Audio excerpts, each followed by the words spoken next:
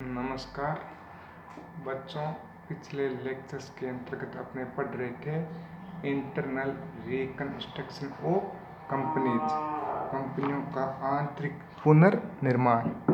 तो आज अपने कंपनियों के आंतरिक पुनर्निर्माण के अंतर्गत एक सवाल को हल करके देखते हैं। तो यहाँ पर एक अनलकी लिमिटेड की बैलेंस शीट दे रही है और वो नीचे सूचनाएं दे रहा है।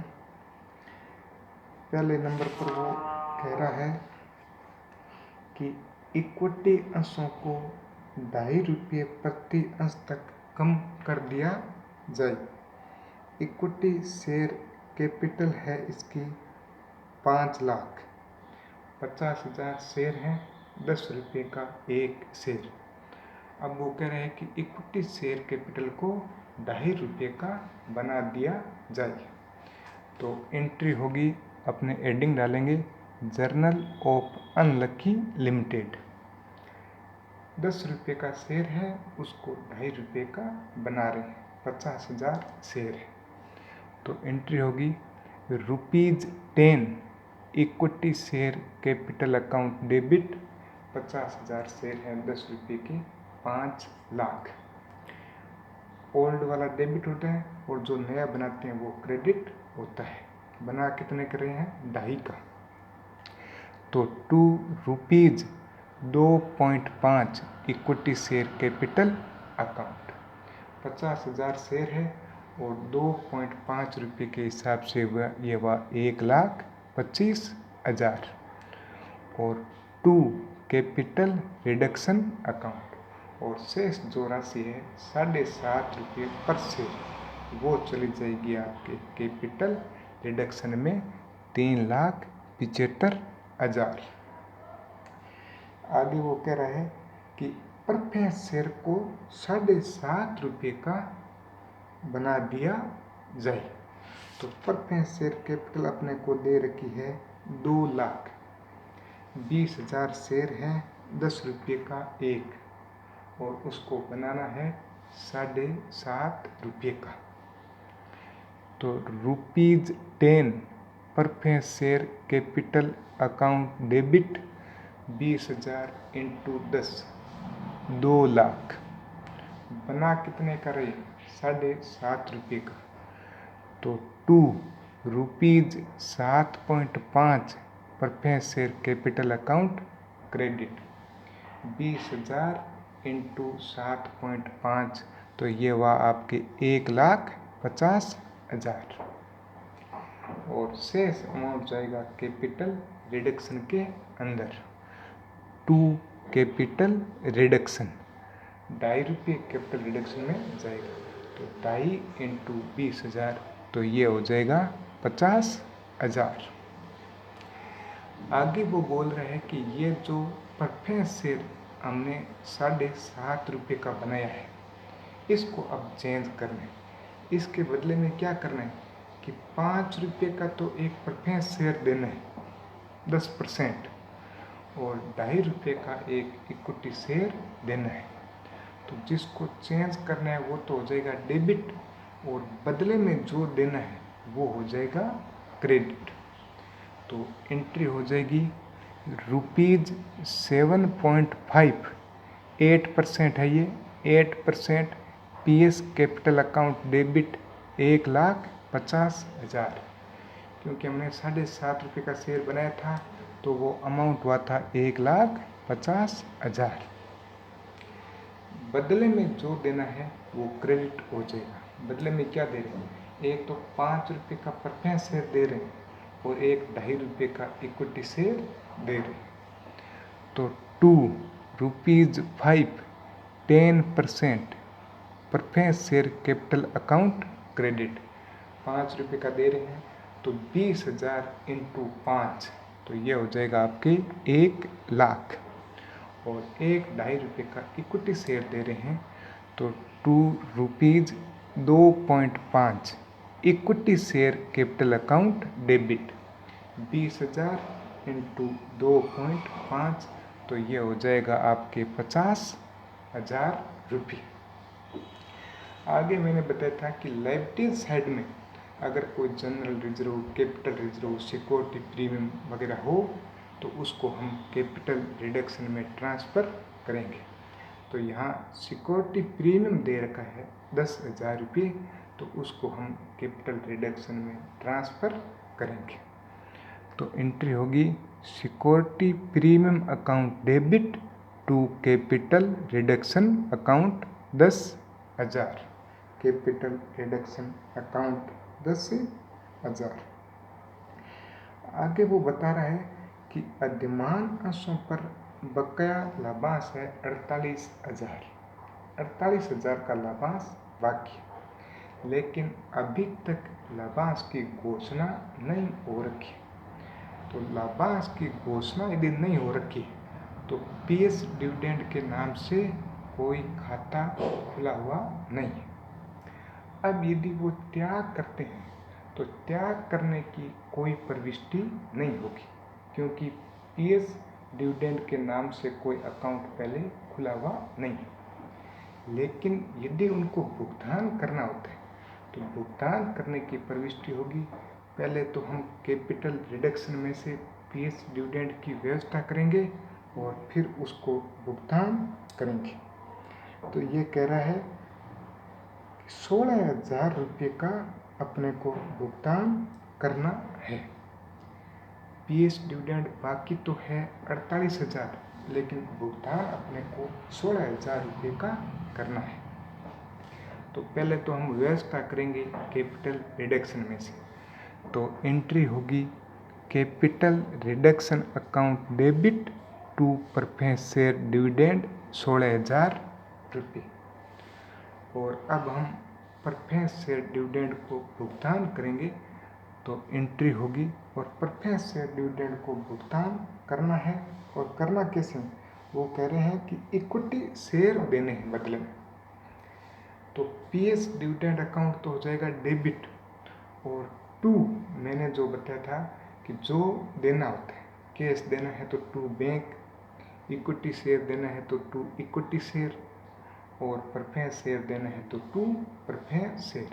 यहाँ पर इक्विटी शेयर देना है। तो एंट्री होगी PS dividend account debit to equity share capital account 16,000 रुपये। इसके बाद में डिवेंचर होल्डर, डिवेंचर का जो पैसा है वो हम डिवेंचर होल्डर के खाते में ट्रांसफ़र कर देंगे। तो अपने को डिवेंचर दे रखे हैं 1,00,000 रुपये के, तो वो एक बार हम डिवेंचर होल्डर के खाते में ट्रांसफ़र करेंगे। तो 6% debenture account debit to debenture holder account 1,00,000 रुपये, 1,00,000 रुपये। इसके अलावा वो क्या है कि 1,00,000 इक्विटी शेयर 2.5 रुपये के नए जारी कर रहा है और उसका पैसा उसको मिल गया। तो शेयर जारी करने की नॉर्मल जो एंट्री होती है वो हम कर देंगे। पहली एंट्री क्या होगी, bank account debit to equity share application and allotment account. 1,00,000 share जारी कर रहे हैं 2.5 रुपये का एक, तो ये एंट्री हो जाएगी आपके 2.5 से। आगे इक्विटी शेयर एप्लीकेशन और अलॉटमेंट को इक्विटी शेयर कैपिटल में ट्रांसफ़र कर देंगे। तो उसकी एंट्री होगी equity share application and allotment account debit to equity share capital 2,50,000 रुपये।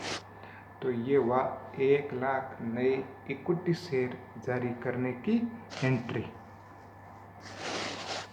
इसके बाद में ये बोल रहा है कि जो हमने नए शेयर जारी की उसके ऊपर 2% अभिगोपन कमीशन, अंडर राइटिंग कमीशन का पेमेंट करना है, और 2,000 रुपये इस योजना पर खर्चा हुआ जिसको अपने कहते हैं रिकंस्ट्रक्शन एक्सपेंसेस, उसका पेमेंट करना है। तो हम पेमेंट की एंट्री करेंगे। ये दोनों खर्चे हैं, खर्चों को डेबिट करते हैं। तो एंट्री होगी under writing commission account debit, 2.5 lakh हमने शेयर जारी किए, 2% से हुआ 5,000। और इस योजना पर जो खर्चा है उसको अपने कहेंगे रिकंस्ट्रक्शन एक्सपेंसेज। तो रिकंस्ट्रक्शन एक्सपेंसेज अकाउंट डेबिट ये 2,000 रुपये हैं और टू बैंक हो जाएगा 7,000 रुपये। इसके बाद में डिवेंचर जो हैं 1 लाख जिनको हमने डिवेंचर होल्डर के खाते में ट्रांसफ़र कर दी, उनका भुगतान कैसे करना है। तो वो कह रहे हैं कि 50,000 तो हम लेंगे प्रेफरेंस शेयर, 50,000 रुपये के प्रेफरेंस शेयर लेंगे, 45,000 रुपये हम नगद लेंगे और 5,000 का हम त्याग करेंगे। तो डिवेंचर होल्डर तो हो जाएगा डेबिट और टू जो हम दे रहे हैं वो हो जाएगा क्रेडिट।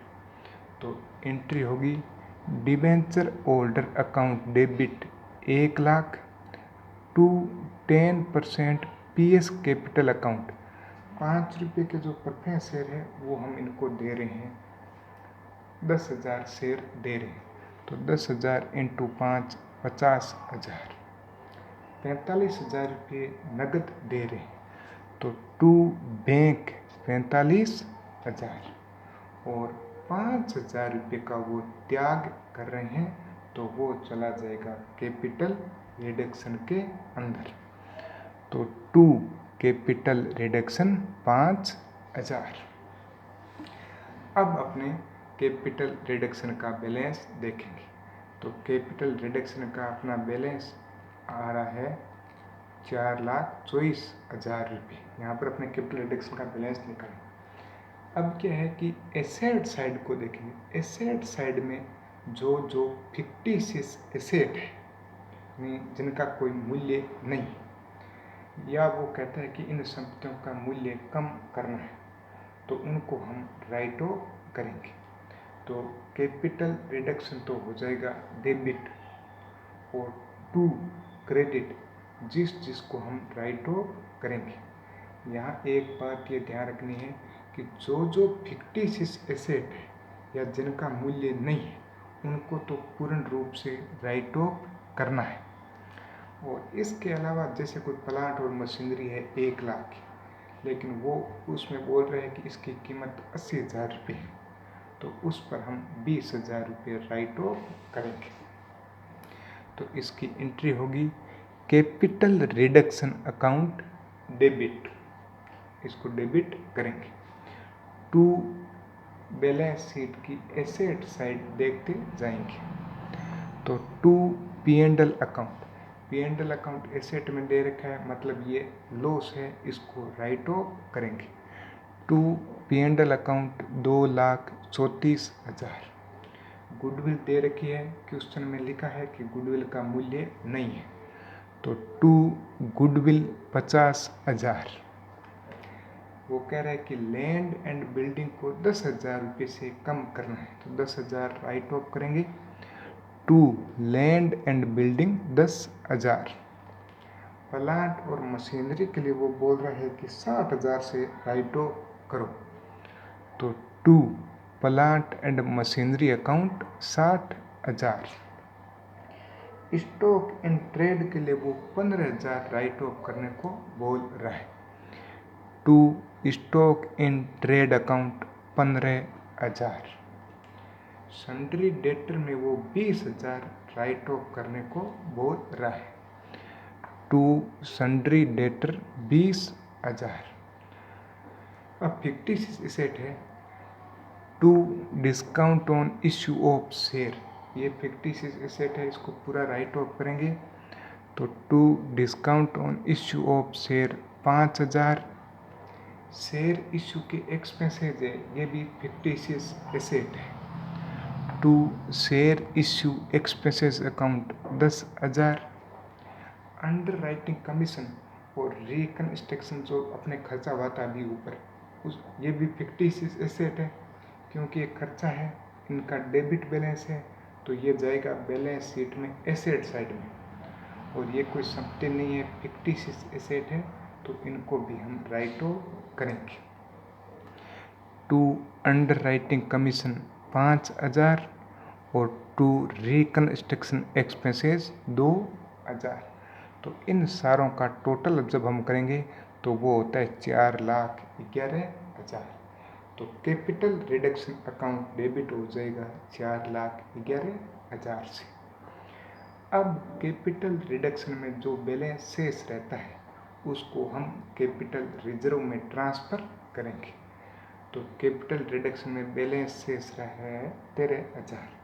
तो कैपिटल रिडक्शन तो है क्रेडिट, तो उसको तो करेंगे डेबिट और कैपिटल रिजर्व हो जाएगा क्रेडिट। तो लास्ट एंट्री हो जाएगी capital reduction account debit to capital reserve account 13,000 रुपये से। तो इंटरनल रिकन्स्ट्रक्शन के अंतर्गत आज अपने एक सवाल को देखा। धन्यवाद।